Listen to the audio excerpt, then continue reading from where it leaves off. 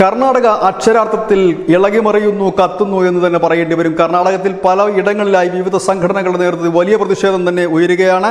കർണാടകയിലെ കോൺഗ്രസ് നേതാവും ഹുബള്ളിയിലെ ധൻബാദ് മുനിസിപ്പാലിറ്റിയിലെ കോൺഗ്രസിന്റെ കോർപ്പറേറ്ററുമായ നിരഞ്ജൻ ഹിരോമത്തിന്റെ മകൾ നേക ഹിരോമത്തിനെ അതിക്രൂരമായ രീതിയിൽ കൊലപ്പെടുത്തിയിരിക്കുന്നു. കോളേജിൽ വെച്ച് BVP കോളേജിൽ 1ാം വർഷ MCA വിദ്യാർത്ഥിയായിരുന്നു.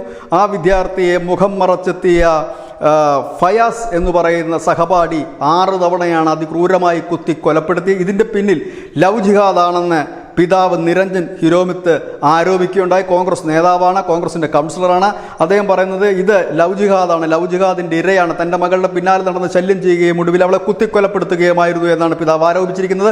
ഇതിന് തൊട്ടു പിന്നാലെ കോൺഗ്രസിൻ്റെ നേതാക്കളൊക്കെ ഈ കൊലയാളിയായ ഫയാസിനെ അനുകൂലിച്ചുകൊണ്ട് പ്രസ്താവനകളുമായി രംഗത്തെത്തി. അവർ പറയുന്നത് ഇത് പ്രണയമായിരുന്നു, പ്രണയം ബ്രേക്കപ്പ് ആയപ്പോൾ നടത്തിയ ഒരു കൊലപാതകം എന്ന രീതിയിൽ പ്രസ്താവനകളുമായി എത്തി. ഈ പ്രസ്താവനകളാണ് ഇപ്പോൾ അക്ഷരാർത്ഥത്തിൽ കർണാടകത്തെ ഇളക്കിമറിക്കുന്നതും വലിയ പ്രതിഷേധങ്ങൾക്കിടയാക്കിയിരിക്കുന്നത്. ABVPയും വിവിധ ഹൈന്ദവ സംഘടനകളും പോലീസ് സ്റ്റേഷൻ ഉൾപ്പെടെയുള്ളിടത്തേക്ക് മാർച്ച് നടത്തി റോഡ് ഉപരോധിച്ചിരിക്കുന്നു. വിശ്വ ഹിന്ദു പരിഷത്ത് ആവശ്യപ്പെട്ടിരിക്കുന്നത് ഇതൊരു അന്വേഷണം, NIA അന്വേഷണം ആവശ്യപ്പെട്ടുകൊണ്ടാണ് അവർ മുൻപോട്ട് വന്നിരിക്കുന്നത്. കാരണം സിദ്ധരാമയ്യയുടെ നേതൃത്വത്തിൽ കോൺഗ്രസ് അധികാരത്തിലേറിയത് മുതൽ മതമൗലികവാദികൾ കഴിഞ്ഞാടാനുള്ള ഇടമായി കർണാടക മാറിക്കഴിഞ്ഞിരിക്കുന്നു. അനവധി കൊലപാതകങ്ങൾ ഇതിനോടകം തന്നെ നടന്നിരിക്കുന്നു. BJP നേതാക്കന്മാരെ അവരെ വധിച്ചിരിക്കുന്നു. ബോംബ് സ്ഫോടനങ്ങൾ നടന്നിരിക്കുന്നു. അങ്ങനെ ക്രമസമാധാന നില കർണാടകത്തിൽ തകർന്ന് തരിപ്പണമായിരിക്കുന്നു. BJP ഭരിക്കുമ്പോൾ ഒതുങ്ങി നിന്നിരുന്ന മതമൗലികവാദികളൊക്കെ ഇപ്പോൾ ഭണം വിടർത്തി ആടുന്ന അവസ്ഥയിലേക്ക് കർണാടക മാറിയിരിക്കുന്നു. അതിൻ്റെ ഏറ്റവും ഉത്തമമായ തെളിവാണ് കോൺഗ്രസ് നേതാവിൻ്റെ മകൾ നേഹയുടെ അതിക്രൂരമായ കൊലപാതകം.